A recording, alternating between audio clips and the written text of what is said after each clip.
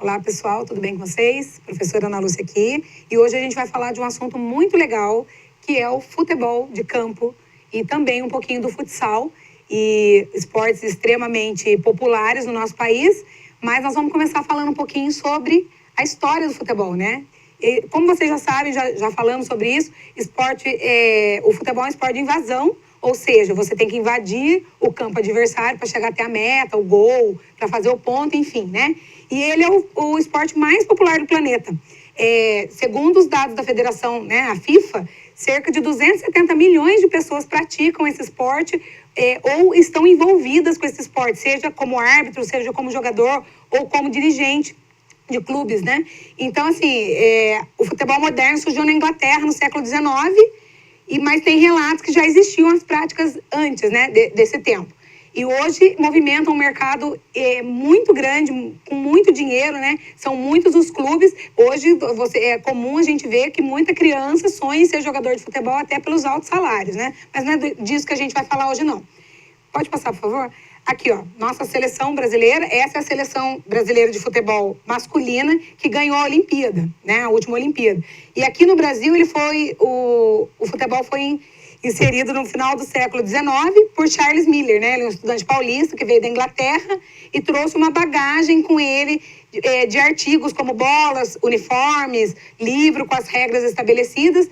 E hoje é o esporte considerado o esporte mais popular do Brasil, né? Após a chegada do país, o futebol se popularizou muito rápido na sociedade. Inicialmente, a adesão aconteceu de maneira elitizada, só os ricos é que tinham acesso. No entanto, com o crescimento urbano, o esporte se popularizou nas camadas populares com a organização dos clubes de futebol. Mais de 100 anos depois, com a chegada do futebol no Brasil, transformou-se na potência que é hoje do esporte, né? E a seleção brasileira de futebol hoje possui muitos títulos, são 5 títulos mundiais, né? Vocês estão careca de saber que é o melhor, o esporte mais popular e o mais visto hoje também no nosso país, seguido do voleibol e de outros, né? Pode passar, por favor. Essa aqui é a nossa seleção feminina, não menos importante do que a masculina. Ela jogou a primeira partida oficial em 1986, quando enfrentou os Estados Unidos em um amistoso internacional. Nesse momento, ela foi derrotada por 2-1. Depois participou das edições da Copa do Mundo, torneios e os Jogos Olímpicos, né? E, além disso, disputa amistosos internacionais e outras competições como o Pan-Americano, Campeonato Sul-Americano de Futebol e anualmente, desde 2009, disputa o Torneio Internacional de Futebol Feminino. A seleção brasileira de futebol feminino é a melhor seleção da América do Sul. Além disso, tem a melhor jogadora do mundo, né? A Marta, camisa 10, eleita por 5 anos seguidos. E, mais uma vez, em 2018, foi eleita a melhor jogadora do planeta. Então, é considerada uma das melhores seleções de futebol do mundo. E, apesar de ter pouco ou, às vezes, nenhum apoio, né, de dirigentes, torcida, imprensa, pouco investimento no mercado, ela tem tido uma expressão aí no mundo do futebol. Então, é muito importante falar, porque hoje em dia a gente também levanta a questão de que acabou aquele tabu de que menina não joga futebol. A menina joga futebol tanto quanto o menino faz dança, e hoje, mais do que nunca, né, a nossa seleção vem mostrar toda a capacidade das mulheres no futebol, e isso é importantíssimo, né? Então, aqui, ó, nós vamos falar um pouquinho das regras do jogo. O futebol, apesar de ser muito conhecido, tem coisinhas que ainda algumas pessoas não entendem, então nós vamos passar rapidamente sobre as regras, né? A partida tem 90 minutos, dividido em 2 tempos de 45. O jogo é supervisionado por um árbitro e também pelos bandeirinhas, né? É proibido o uso das mãos para o manejo da bola, então é utilizado os pés, as pernas, o tronco e a cabeça. Então, para evitar que os jogadores do time adversário fiquem apenas na área do gol, né, do lado adversário, foi criada a regra do impedimento. Nós vamos falar um pouquinho dela daqui a pouco. E consiste em impedir ou invalidar um gol que tenha sido feito por um jogador quando não há, pelo menos, 2 jogadores da outra equipe entre ele e a linha de fundo adversária, né? Um deles é o goleiro. O vencedor da partida é aquele que conseguir fazer o maior número de gols. Em caso de desempate, em algumas competições, podem ser feitas 2 prorrogações de 15 minutos. Quando o jogador comete faltas, ele pode receber o cartão amarelo ou o vermelho. Se receber 2 cartões amarelos ou um vermelho numa partida, ele é expulso do jogo. Caso um jogador execute alguma agressão física sobre o adversário, o juiz deve marcar a penalidade a favor da equipe adversária. Quando a bola sai do campo pela linha de fundo, é cobrado escanteio, e se o último jogador tocá-la, que estava na defensiva, é cobrado tiro de meta se o último jogador a tocá-la estava no ataque, né? Daí é cobrado o tiro de meta. Nesse caso, escanteio a favor do time atacante, ao tiro de meta a favor do time da defensiva. Essas são um pouquinho das regras e agora a gente vai falar um pouquinho do impedimento, né? Então aqui, eu aprendi, e eu acho mais fácil de ensinar o aluno, que o impedimento se dá quando, no momento do lançamento da bola, só tem o goleiro na frente do jogador que vai receber, nesse caso aqui o amarelinho. Eu entendo assim, que eu acho que é mais fácil. Então, assim, tem uma linha de impedimento, que hoje as equipes já treinam essa linha de impedimento, justamente para não acontecer o gol nessa situação.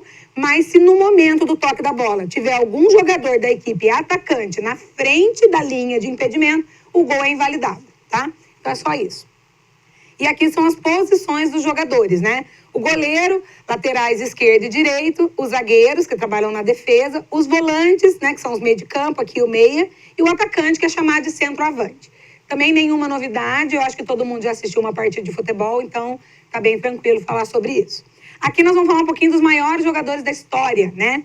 E, coincidentemente ou não, tem muito brasileiro aqui, né? Mané Garrincha, conhecido como o rei das pedaladas, né? Na época da Copa do Mundo de 70.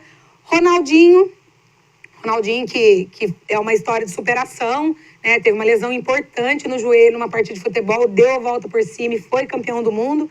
Ronaldinho Gaúcho, né? Que quem não lembra das grandes jogadas de mestre desse nosso jogador. Maradona, né? Argentino, que ainda existe uma polêmica se ele era melhor que o Pelé, se o Pelé era melhor que ele. Isso aí não discute a gente, né? Não compete a gente discutir. Pelé, que foi eleito, sem meias palavras, o jogador do século, né? Então, assim, quem teve a oportunidade de ver o Pelé jogando, né, na época dos meus pais, por exemplo, não se discute que o Pelé é o maior jogador da história do futebol. Aqui nós temos o Neymar, que hoje é considerado o melhor jogador de futebol do Brasil.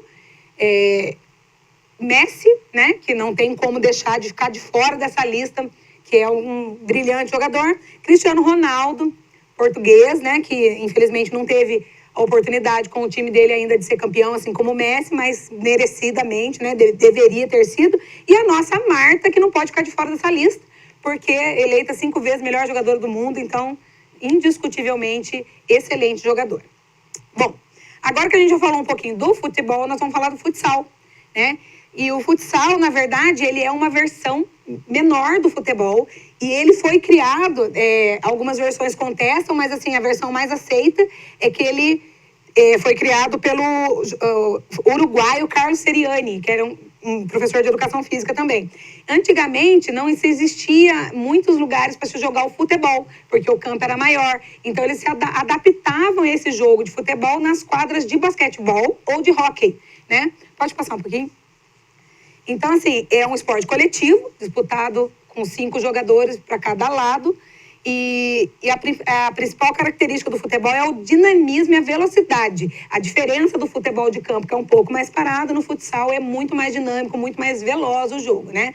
E apesar da semelhança do futsal e do futebol de salão, não são iguais, eles são diferentes, né? A gente ouve falar de futebol de salão e futsal. Hoje o futsal é muito mais jogado que o futebol de salão. E a principal diferença deles, além das regras, é o que diz a medida das quadras e o piso que é jogado. Vamos passar. Então, aqui são as posições do futsal. Diferentemente do futebol, que tem o zagueiro, os meias, né, e os volantes, no futsal nós temos três tipos de posição aqui, né? Nós estamos falando do ala, do fixo, do pivô, além do goleiro, né? E o goleiro. O pivô, geralmente, é o atacante, né, que fica mais na frente, e os fixos são o que se compara ao zagueiro do futebol, né, que são os mais na defesa. E os 2 alas são aqueles que dinamizam o jogo e que armam as jogadas para chegar até a meta adversária, né? As substituições do futsal são ilimitadas durante o jogo. Então, diferente do futebol de campo, que tem as limitações, no futsal não existe isso. E aqui nós vamos falar um pouquinho da seleção brasileira de futsal masculino, né? Ela foi criada em 69 e já conquistou ao longo da história 56 títulos, né, internacionais. Além das vitórias nas Copas do Mundo, de 12 campeonatos sul-americanos já disputados, o Brasil foi campeão de todos. E esse aqui é o Falcão, é o maior jogador de todos os tempos, do mundo inteiro. Então, assim, e é brasileiro, né? Então, assim, a gente tem que levantar um pouquinho a bola mesmo, porque é realmente muito bom jogador. Essa aqui é a Amandinha, ex-campeã mundial com a seleção brasileira, e este ano foi eleita pela 6ª vez a melhor jogadora de futsal do mundo, né? Então, também tem 6 títulos mundiais do Brasil e 6 títulos sul-americanos. Aí, mais uma vez, a gente volta a falar que acabou aquela coisa de menina não joga futebol. Menina joga futebol, menina joga bem futebol, joga bem futsal e menina faz o que quiser, assim como os meninos. Espero que vocês tenham gostado da aula. Deixa aí meu abraço para todo mundo e até a próxima, se Deus quiser.